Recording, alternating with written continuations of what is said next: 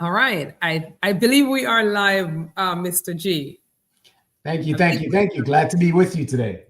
yes, yes. Glad to have you here on PCL Live for sure. There's been a lot of interest in this topic on AI, and Yeah. so I'm excited to get started. But before we get started, we're just going to ask those of you who are logging in to please put in the comments, where you're right, where you're watching from, what city, what state, what country you're watching from, so we can just say hello, give you a shout out. Today we're talking about Workforce 2.0, and we're talking about AI and its impact on the workforce. So before we get started, just say hello and where you're watching from, what state, what city, what country. And also, too, I know that we're watching from three different platforms: Facebook, LinkedIn, and YouTube. So you can also place in the comments where you're watching from. So yes, when there's been a lot of buzz about this topic of AI. Sure. Hello from Malta. Hi. Nice to have you here, Plutura. Beautiful name. Beautiful name. I'd love to hear your thoughts too later on, Plutura, on just how AI is impacting you guys there. Good evening from South Africa. Nice to have you here.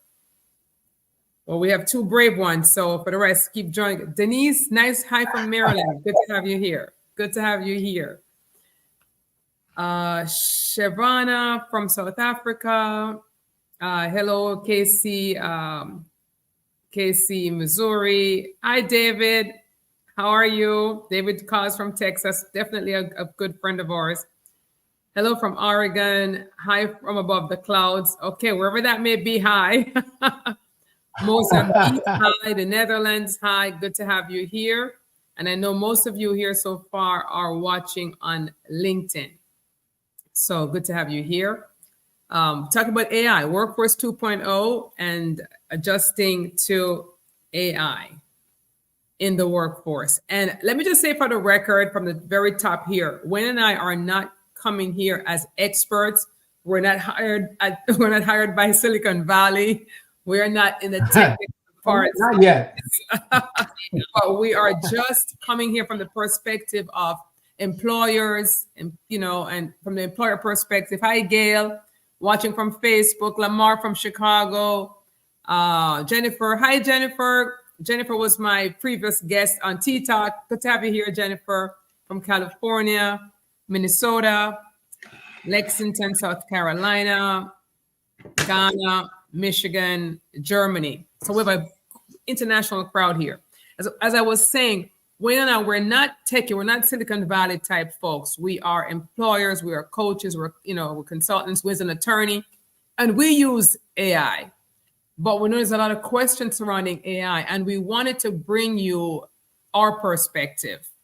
There's just, there's a lot's been happening, especially last weekend, where, we had the guy from AI, Sam Altman, who was kicked out, then he was asked back in, and there was just a lot and lots of concerns about AI displacing jobs, so many different things.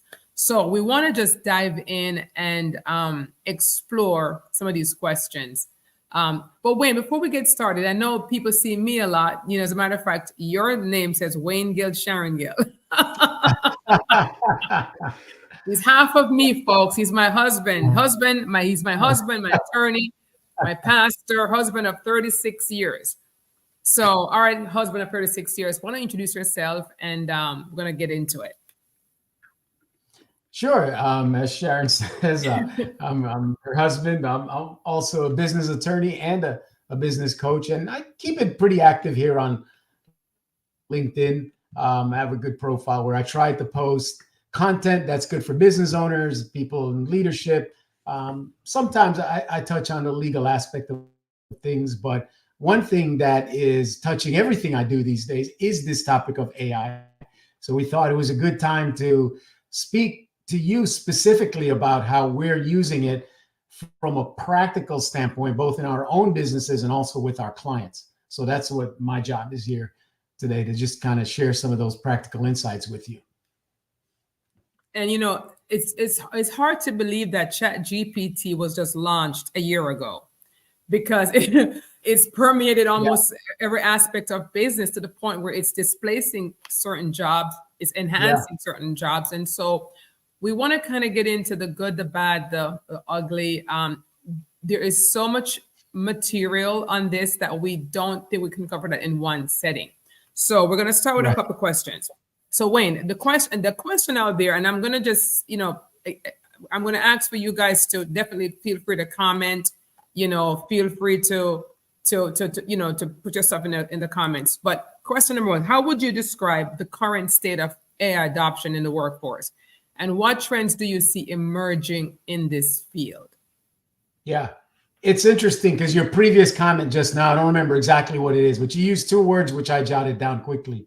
You talked about AI as an enhancement and then AI as displacement. And so as we look at where we are right now, I really feel like we're still really in the early adoption stages of this, that companies are learning about it. Workers are learning about it, thinking about it, maybe experimenting, trying a few things that there's a lot more to come. And I think where you find yourself in the camp of either enhancement, AI as a tool that's going to enhance what you do, make you better at what you do, make you more valuable to your company, make your company more valuable. Are you going to be in that camp, or you're going to be in the camp of the person who is doing that, who's then going to displace your job? So you can hear the panic talk about, oh, AI is coming and it's just going to wipe out every job and it's going to displace a lot of people. And that's already happening. So that's true. But the question is, where you're sitting today, what camp are you going to be in? Are you going to be in the enhancement camp, or are you going to be in the displacement camp? And that's a question I want the audience to really think about right now as we're talking, right? Are you in the enhancement camp where it's enhancing your workflow at work? Yes. Even as leaders, because we're talking to leaders, we're talking to employees, right? We're talking to both sides. And we're also talking to people who are not in the workforce, or, housewives, moms, dads, who are retirees. Which camp are you in? Are you in the enhancement camp, or are you in the displacement camp? Because one thing we can kick against the pricks here with with AI. But here's the thing: AI is here to stay. It's getting more and more pervasive, and so sticking your head in the sand is not going to help you at all. I want to even say, for those people who are in the faith world, where they're like, AI is the mark of the beast, whatever you may feel. I want to burst your bubble for a little bit. AI is also writing sermons for some of these pastors. Okay, for those of you on LinkedIn, AI is doing those collaborative articles. LinkedIn was very clear. These are AI-driven articles that they're asking you to collaborate with the human voice. So AI is in every aspect. At the doctor's office, and we're going to get into some of these things. AI is going to be part of your medical situation, your medical life, right? So which camp are you in? Enhancement camp? How do you see AI? An enhancer or a displacer? So Wayne, I want to talk to you about how you personally have used AI to enhance what you do as an attorney, even from the aspect of an attorney. Yeah, absolutely. I'm definitely not looking to get displaced. So I've decided from the very start, when I heard about Chat GPT, and of course we'll probably speak about Chat GPT, the most open AI, because that's the one that's known the most, but there are lots of other language models and so forth out there. But from the first time that I heard about it, Sharon, you said it came out in November of last year. And I first started hearing rumblings maybe in December or so. And then in January was when I actually went and got a free Chat GPT account to mess around with it. And it's interesting what you just said, like, well, all right, even pastors are writing sermons on there. I have actually one that I printed from my own account, which I said to Chat GPT, please give me a tweet that celebrates Good Friday, including an appropriate scripture reference. That was a quote, right? And Chat GPT he said back, in quotes, today we remember the sacrifice of Jesus on the cross, a display of unfathomable love and grace. And then the scripture gave me, but God demonstrates his love for us in this: while we were yet sinners, Christ died for us. Romans 5:8, it quotes, hashtag Good Friday, hashtag love, hashtag grace. Right. So this is what I'm saying, people. This is where we are today. And we can, run away from this or ignore it, or we can embrace it. Now, I didn't use that tweet and post it because I like to speak still in my own voice in a lot of these circumstances. But if it could give you that one tweet or that one take on a particular concept of Good Friday, it's infinite what it can produce. And so, we're just going to have to decide, what are we going to do about this? How are we going to embrace it in our businesses or in our faith life or in other aspects of what we do?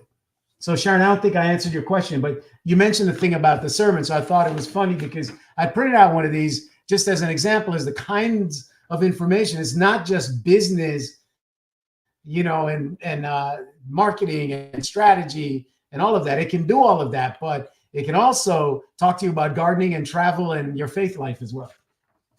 Well, before you go on about how you use it, I remember when you told me about the AI. You were in a business meeting Yes. you were actually at Panera and meeting with one of your clients, and a woman who was using Chat GPT, she came over to where you guys were sitting and showed you guys how to create a strategic plan, Yes. like a 3 to 5 year strategic plan about this client's business. And it was incredible that in the space of 1 minute to 2 minutes, this AI could create a 5-year plan. Yeah. And so we know AI can create strategic plans, business plans, marketing plans. I mean, you name it. I mean, there's really, it's a bottomless pit of what it can do. And so how are you, and I'll just say real quick how I've used it. I've used it. Well, let me talk about how I use it, because there's some wrong ways of using AI. Right. I'm going to talk about that. So how are you using it as an attorney? In a lot of ways. For one, research. So, and now the research is even enhanced, because before, speaking of Chat GPT, the research that it could access was only up to a certain point. I believe it's whatever information was on the internet up to like 2021.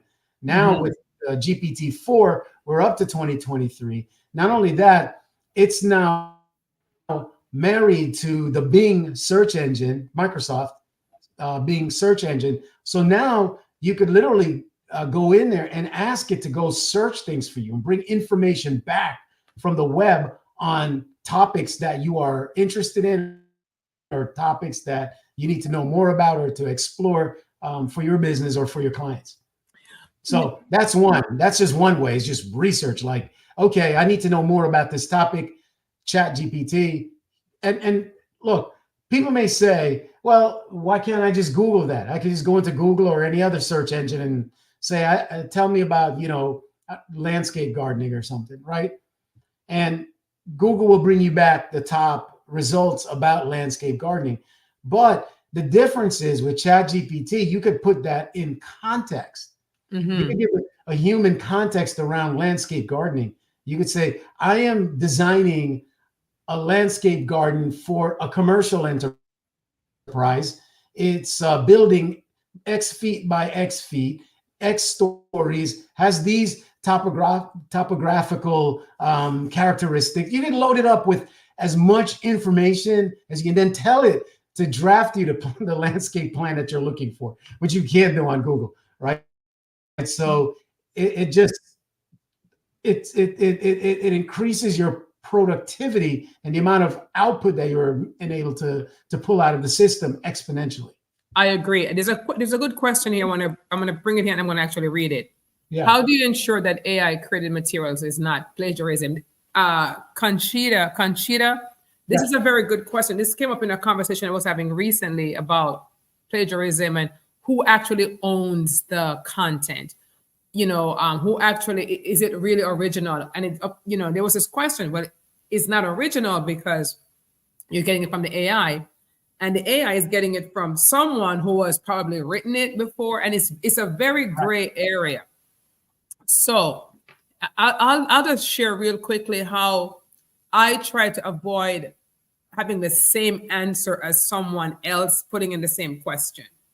Now, the interesting thing is with ChatGPT, you can put in the same question twice, and it will give you kind of like a nuanced answer. But what I do, how I use ChatGPT for content is, as Wayne says, I'll ask the questions, but when I get the answer back, I then sit with it for a minute, for a good hour, and I then integrate my own stories, my own corporate experiences, my own life experiences into the various different, subheadings that it's going to give you, because it gives you that. If you just copy and paste ChatGPT, it's going to look like everyone else's copy and paste GPT, because I know I'm able to spot other people's ChatGPT because I'm using it a lot. So I know how it talks in that fancy language and that, salutations and greetings. I don't speak that way. So for you to get it into your own voice, you really have to personalize it. And then, Conchita, I think when you do that, it feels less plagiaristic somehow than if you just copy and paste. But that is a really good question. And here's another thing too. When, as an employer, if you're asking for a writing sample, for example, like back when I was an employer, Wayne, right, back employing a bunch of people, and you say, give me a writing sample. No, that's not really going to tell you how the person write. But I guess what you can look for is, did they take the chat GPT and personalize it in a way where they've gotten something from chat GPT, however, they've put some of their own humanness in the content. So even for employers, Wayne. Yeah. Employers can try to hide from chat GPT, but you need to know chat GPT so you know what you're being given, in terms of work product, how much of it is, just straight chat GPT. I've heard someone say here on LinkedIn on the PCL page, chat GPT is making people lazy.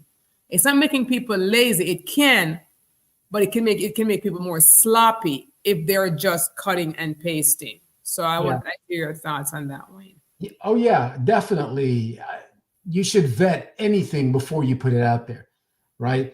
ChatGPT has not removed your responsibility to vet the content that you're putting out under your name, right? Or that you're moving around in your company or whatever you're doing with it. So I know there's also some software that's been emerging that's a chat GPT detector, right? Or an AI detector. So that's going to become a thing as well too, where you'll have some kind of filtering system to see whether something, was created by chat GPT or not. But I would just say, I've seen both sides of this. I've seen the side where someone goes to chat GPT, they'll run a query and they'll copy and paste it and just put it out there. And that's just not the right thing to do, because you do run the risk of there could be plagiarism. There could be wrong information in there too. That's, that's also a thing where the GPT brings you back information that may not be accurate. So you're still going to be responsible for the content that goes out under your name. So whatever you do, please vet your content, read it over, and do your homework. And that's the thing. It is not intended to just take over and do all of your thinking and all of your work for you. It is a tool and an assistant that can make you more productive in the work that you're doing. I agree. I agree about, David says, use it like a library, research, a foundational routine starting point. Yes. And that's really how it should be used. And Conchita says, great idea to personalize the data by integrating your own experience and stories. Add a humanist, perfect responses. Thank you for that, Conchita. But this is how I find it very effective. Does it save me time? Absolutely. Like David said, it's a starter. If you're writing a book and you just stuck, writer's block, it's a starter. Yeah. But my warning to employees who are just cutting and pasting, we're all getting smarter. Okay. So that's going to be found out. What my advice to employees is to use it as a research. Use it as a starter. Use it to cut your thinking time in half or even a quarter, cut 3/4 out of it. That's Yeah. where I found it to be useful, Wayne. When I Yes. have a thought, a concept, it Yeah. would take me 4 or 5 hours to kind of like create my first, Yeah. draft. Yes. The GPT cut that 3-4 hours of draft creation to half an hour. Yeah. Its answer comes in about 2 minutes or less, or minute, and then I have another 30 minutes to really kind of put the bones on it, right? Yeah. And so, my thing to employees is don't shy away from it. Let it help you do your work, because unfortunately, I will tell you, and I don't care how smart you are, Chat GPT, I'm just going to be honest. I think it is smarter than you. Wayne's an attorney for 27 years. I find myself, I'm an educated woman, but I will tell you that Chat GPT blows me away all the time with what it comes back with. Can I use it as is? No, not necessarily. But what it comes back with actually is making me smarter. It's making me a better writer, because as I have to go in and correct and add and tweak, I am also upping my own personal skills. And so we talked about enhancement versus displacement. Now, for those people, Wayne, who are being displaced, Yeah. let me take some questions here, Wayne. Yeah. Sure. Go ahead. Someone says, Matthew says, AI created material that is being sold, for example, new articles. Should it notify the end user to separate human versus AI material? Matthew, that's such a good question. And Wayne, you have an example of Yes. the AI material being sold. Yes. Give us the example of the book that we purchased on Amazon, and then when you went to go purchase another copy, what you saw. Because to Matthew's point, Right. should it notify the end user to separate human versus AI material? I agree. I think there should be. I think- believe there should be some disclaimer. I think it should, Matthew. I should be. honestly think it should. I'm trying. I'm not trying to be, judgmental, or I'm just trying to be like, all right, where's the integrity? I'm sitting here telling you that we use it, but how we use it. Where's the integrity when there's materials being sold as is, straight AI? So Wayne, give us an example. It's a great question, Matthew. Give us an example of what you saw on Amazon recently. Yeah, very good question, Matthew. And I do agree with you that I do believe there should be some disclaimer. I recently went to buy a few books. One book by a guy named Gino Wickman called Traction, which is a book we use, Sharon and I use with some of our clients. We're going to be working with a client through that book. And it's all about how entrepreneurs can gain traction in their business, right? So because we're going to be doing it as a group, we wanted to get extra copies. So I noticed when I went to buy the book Traction that there are all these workbooks that go along with it. So I was like, oh, excellent. We'll have a workbook. So let's get workbooks. So as I went to go look at workbooks, there were several of them. So I was like, what makes one better than the other? Let me go through and vet them. So in doing so, I started to go in, and, Amazon gives you the sneak peek. So you can go in and read a little bit of each book. And one right after the other, I could tell there were AI written workbooks, which are positioning themselves as accompaniments to Gino Wickman's book, but they were terrible. Mm-hmm. They were obviously AI. I could tell the way it was written. It was not well written. It was just terrible. And I couldn't believe, and Amazon has to really do a better job of vetting these things, because they shouldn't even be allowed on the platform, I think, because it's just people taking a concept, running it through some kind of artificial intelligence, slapping a cover on it, which you can easily do nowadays too with artificial intelligence, create book covers and all kinds of things and put it out there and sell it to people. And it's really a lot of trash. Great share. We're only 1 year in with Chat GPT, and as Matthew was pointing out, right, people are selling stuff. You saw it, Wayne. You couldn't believe what you saw. The Chat GPT, the copied, the man's concept, put it in Chat GPT and created a workbook, which doesn't really even align as well. And it's only because we didn't buy it, only because we actually have the original, book and the original concepts. We've taught it before, and it really was just garbage. That's the lazy use of Chat GPT. So that's an example there. And so, yes, I do believe it. There should be a disclaimer. There's another question. I thought AI would learn the algorithms of each individual and produce what it learns from the user. I had heard that promise that your AI will actually, speak in your voice and all of that stuff. I haven't seen it. I've even said, speak in my own voice and, answer this question. And it has not spoken in my own voice.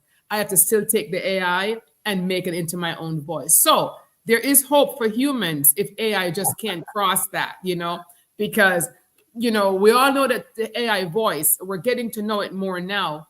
So if you, for example, is a content creator and you're used to writing a certain way, let's say your way of writing was very casual. Hey guys, and now all of a sudden you're saying salutations, greetings, Greetings, Earthling. Earthlings. Then we know you've gone to AI. So you have to still take that greetings, Earthlings, and make it your own. Carmina says, I used it as research and created my first published emotional intelligence planner. I use my own words and ideas, but that Chat GPT helped me start. And Carmen, there's no shame to that. I'm actually writing a little booklet, and it's taken me a while because I have to go through each thing the AI says, because it's a faith book, and really put in my examples, really put in my stories. However, I've been trying to write a book for the past 5 years. So with the AI, it's speeding up that process. But it still does take that work, as you said, putting your own words and your own ideas. And David says, writing with a pen versus a computer, it's a tool. And David, that's where I want people to think, not to be scared of it. When computers came into, were invented, we were afraid of that for a little bit too, right? But like you said, it's a pen versus a computer. A computer sped up the work. Chat GPT is speeding up the work. You have to differ between AI and machine learning. Let's see. It is maybe a part of AI, but let's one more. AI can't do the job without human reasoning or understanding of emotional intelligence, nor can AI judge, feel, or understand your motivations. That's a good point. Wayne, you wanna touch on that? So this is the opportunity for humans. However, he says AI can't do the job without human reasoning. So how do employees position themselves where they're not in the displacement camp? How can you become a better prompter and user of AI? Because I think that's where we're seeing some traction, so to speak, Wayne. Yes. We're seeing opportunities for prompt engineers in AI, right? It's not just asking a random question. I have to ask AI sometimes 5 questions, 5 different ways to get the answer I'm looking for. So you still can't just go into it brain dead and then accept what it gives to you, because it may not be correct. It may not be pertinent. It may not be accurate from the standpoint of what you're really looking to accomplish. So knowing how to prompt your AI is going to be very, very, very, very important. And you can. Yes. No, I was going to say there's a lot of that topic by itself, maybe a different show, because that topic is so deep and so rich. There's a lot to be said about that, because you guys have heard it said before, whether you were talking about computers or whatever, or your own brain, garbage in, garbage out. Yeah. Right. Yeah. So the way you're going to get the best responses out of your interactions with tools like OpenAI, Chat GPT, is through knowing how to ask the questions properly. And for some of you, many of you probably already noticed, maybe some of you are watching this, you don't know. Those are called prompts. The questions that you ask of the AI, it's called a prompt. So that's how you prompt the AI to respond to you with whatever you're looking for. But the prompt is just beyond, like, for example, on the one that I shared with you, I wrote a prompt, which was, please give me a tweet that celebrates Good Friday, right? That's a prompt. That's a question that I asked of ChatGPT. But hey, maybe I wanted to go further. So I can ask ChatGPT to tell me, ChatGPT, first, I'd like to hear your understanding of Good Friday. And then it would tell me what its understanding is. Then I could say back to it, okay, I want this kind of context around it. Mhm. And then right back to me when when you feel that you understand what I'm saying. And you could have a dialogue with the machine, which is also part of what Sharon was talking about earlier about training the machine Yeah. or the bot or the chat GPT, the GPT, however we want to refer to it as, on your voice and on your way of speaking and on your context.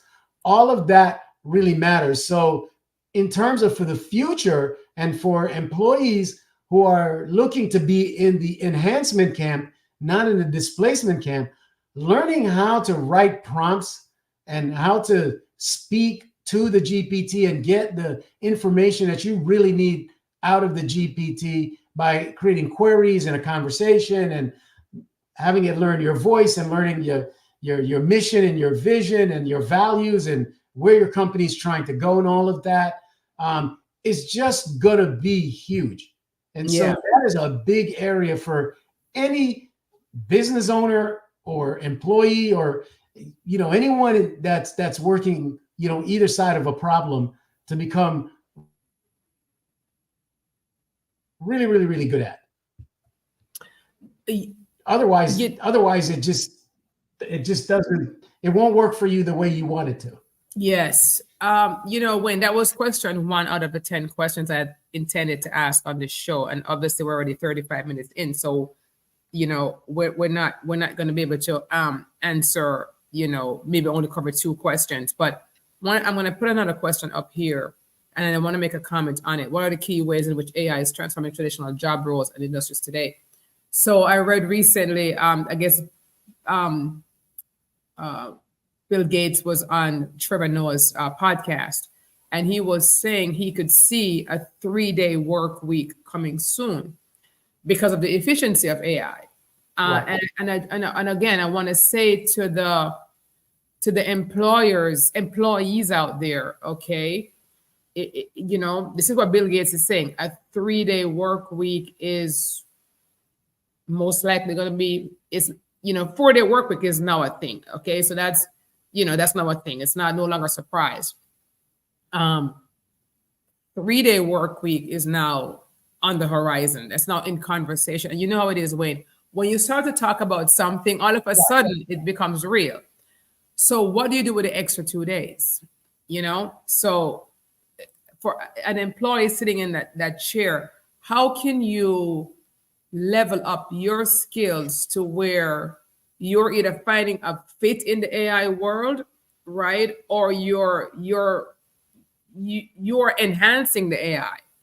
Because I read in Psychology Today where they asked 50 questions of the AI, of real problems, right? Real people's issues. And then they asked AI to answer, and they asked therapists to answer. Of course, the AI, when they did the testing, the AI won. They felt the AI answered better, right? However, even though the AI won by 75 to 25, the people who were actually part of the experiment said they would still prefer a human, even though the AI is better, because for what someone says, humans actually do understand you. AI is giving you accurate information, not necessarily with the human touch, or the human nuances. And so I say that to say there's a value, of course, in this AI world. And, we're talking about AI, taking over and, become even more advanced. But there is a value to being human too. But this is an opportunity for us now as humans to say, okay, this is happening. This is encroaching on our lives.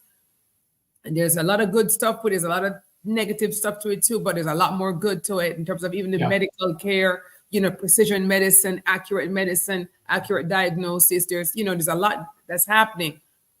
But where does that leave me, you, the employee, you, the leader, you, that department manager, that department head?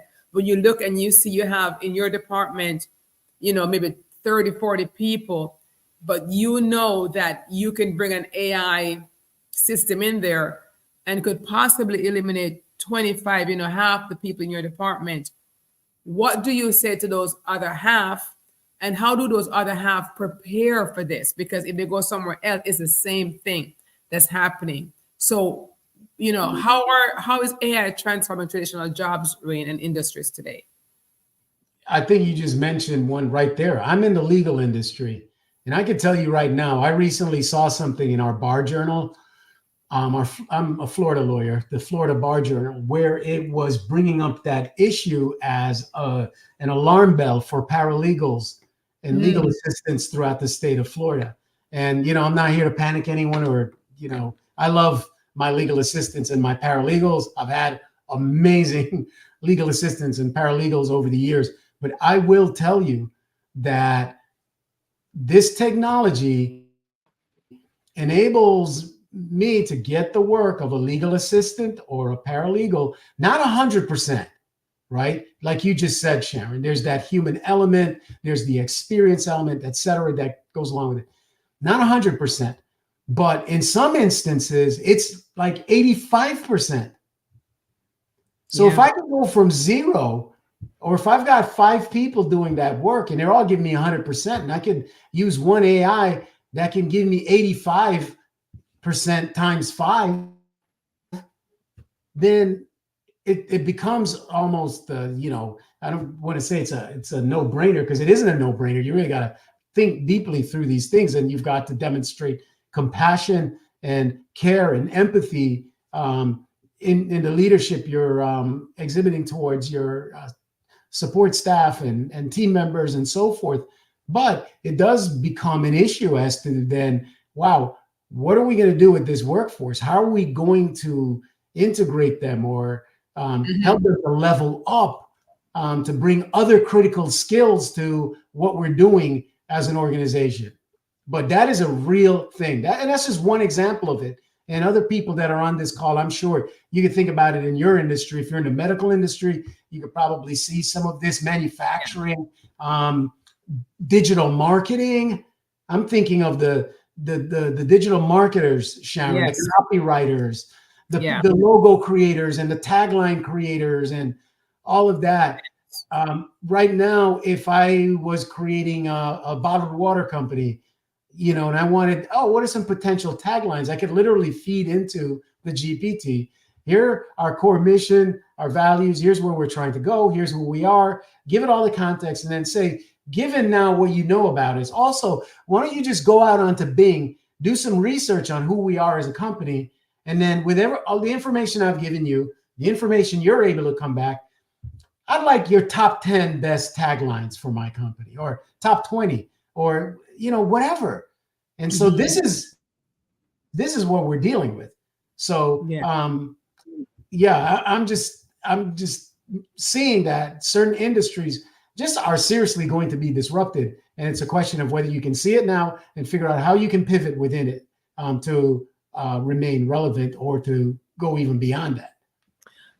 To your question, Conchita, Wayne just mentioned about the legal industry. I will say to you, which industry? Honestly, all of them. When I heard about the McDonald's in Texas that was using AI as part of the AI McDonald's, I was like, okay, that's fast food. How can you replace fast food workers? But when I read how they were doing it, the McDonald's said, look, we didn't fire anyone. However, we have them focused on cooking. And then the customer related stuff is AI driven. And they stick with the core competency in the medical field. For example, it's all that paperwork processing that's being handed off to AI. And then when you get more intense, talk about personalized medicine, where I think it was Bill Gates who said, AI is going to be the biggest thing to democratize medicine, precision medicine, and making it more accessible for everyone. And that's a good thing, more accurate, personalized readings of your particular issue and disease and your own particular body and genetics and makeup. So it's going to affect, I think, every industry. So that's why the question is, how do you position yourself to ride this wave? Winsome said something, which should be clear, AI has been around for decades. However, I know you are all aware of that ChatGPT is only a new application that's been highlighted, popularized. That is true. AI has been around. Anytime you use a computer to do something that a human could do, but not a computer is doing, is artificial intelligence. However, what we have all seen in the last year with ChatGPT and other things, that's why people like you keep mentioning Bing, Wayne, which is owned by Microsoft. Microsoft made a huge investment in ChatGPT. And that's the reason why when that CEO was being displaced, Microsoft was going to take them, because they actually built it into Bing. They're using some of that technology. Yeah. So Microsoft has really invested heavily in that. And so what we're seeing, Winsome, although AI has been around for a while, it wasn't at the level of use that it is right now. Yeah, and on that topic, I would say too, Sharon, that's true. It's been around for a while, but guess what? It exponentially learns. Yes, it does. That's good. That's a great point. That's a great point. It is exponentially learning. Now, in the past year that ChatGPT has been in use, I forget the number, so I'm not going to quote it here. You guys can go look it up. But I think it's like 500 million users or something. Like, now all of those users, including myself and Sharon sitting here, we're putting these test cases in there. We're putting questions in there. We're asking it to retrieve us data. We're putting in queries. We're writing prompts and asking it questions. And the artificial intelligence is taking all of that massive data and learning and growing faster and faster and faster. So yeah, it's been around a long time, but not at the level of power that it is today. And I can imagine in the next 6 months, God knows what some of these models are going to be able to do. That's right. Ms. Gloria said chatbots are for customer service. Yeah. Some of the disruption, cashier to self-cashier, human resources for orientation, training of employees, school systems are using AI for online learning, testing up. I mean, I don't think there's any industry that's going to be spared at all. So it comes back to, how do you as an employee integrate this into your next level of learning, embrace it, and you have it enhance your work, and how you as an employer, how are you going to navigate your heart is what I'm going to say. When navigate your heart, when you have 25 people in this department, right? And with AI, you could cut this to 10. You got to get rid of 15 people and be more profitable. How do you have those difficult conversations? And that's something that you really want to think about. As a matter of fact, I have actually I'm gonna put something here at the bottom here. I've actually created like a little cheat sheet on our website for you guys. It's sharon.gill.com AI-at-work. It's a PDF. It's about 5 or 6 questions that you as a manager or an employer can have a conversation with your office, with your team. It's about AI. Looking at it, having that serious conversation, asking that question, coming together as a team and saying, okay, it is coming. How do we prepare for it? Yeah. How do we level up for it? What can we do? So it's a 5 or 6 question PDF. That's a conversation starter for your next maybe team meeting, your next staff meeting, where you can begin to have these conversations at work, because employers are going to be impacted either way. You're going to have to lose people that you've been with you for a while. How do you make those decisions? How can you maybe not lose them? But I don't know. From what I'm seeing, there will be disruptions in jobs. So so if you can download that, Sharon.Gill.com, I mean, AI-at-work. That will give you a conversation starter for your next team meeting. And I just want to go with this whole pivot thing. Someone says, I think that is going to be the key to pivoting to survival during this era, both for employees and employers. Pivot. David says transformation into a promise and editors. I don't know what that means, David. Transformation into AI promoters, I guess, and editors. Pivot.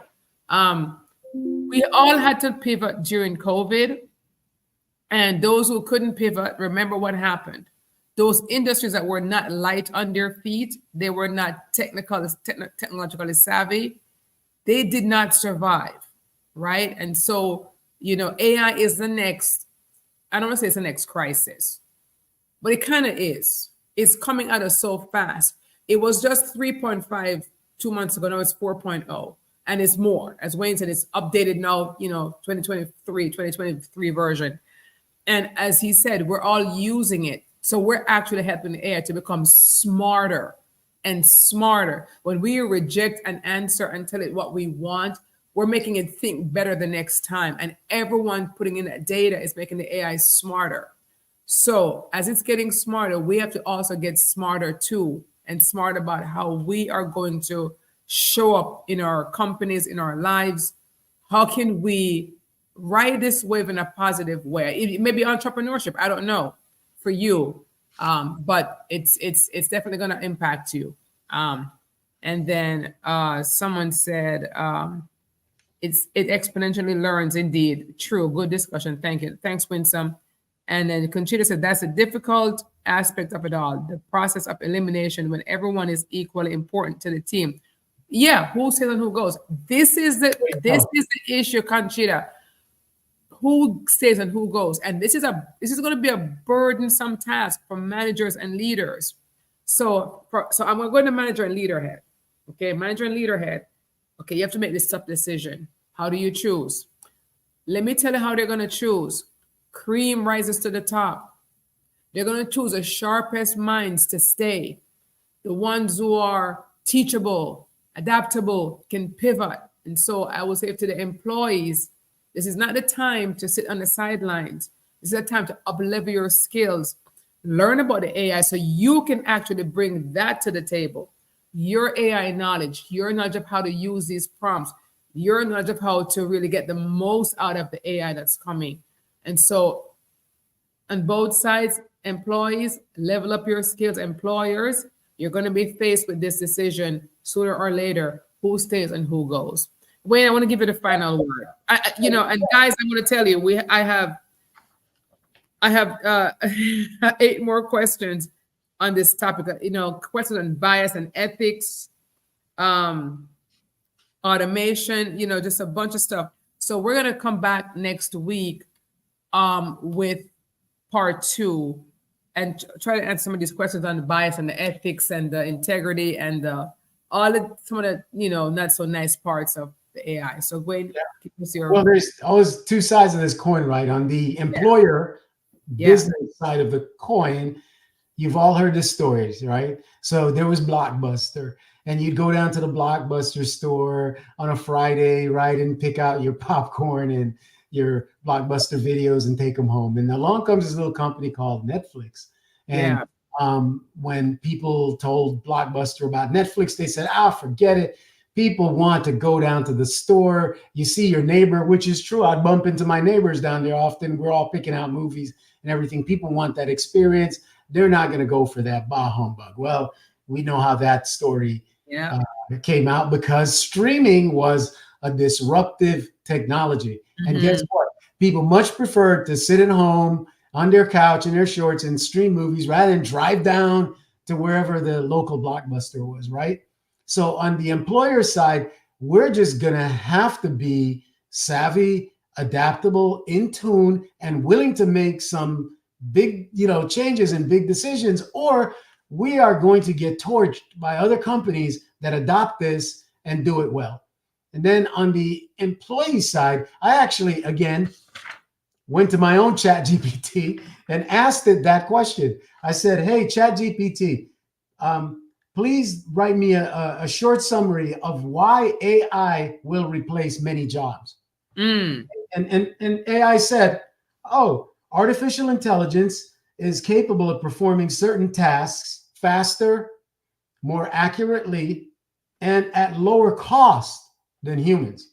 Yeah. As a result, many jobs in various industries, from manufacturing to healthcare, are at risk of being replaced by AI-powered automation. This increased efficiency and productivity, which is really where it's really at, may bring benefits, but it also poses challenges for workers who may need to adapt their skills to Yeah. remain relevant in a changing job market. So I'll let ChatGPT actually have the last word, Sharon.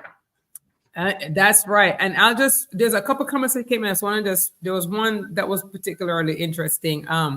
But those that embrace and knowledgeable AI will be those who to say with employers. I agree.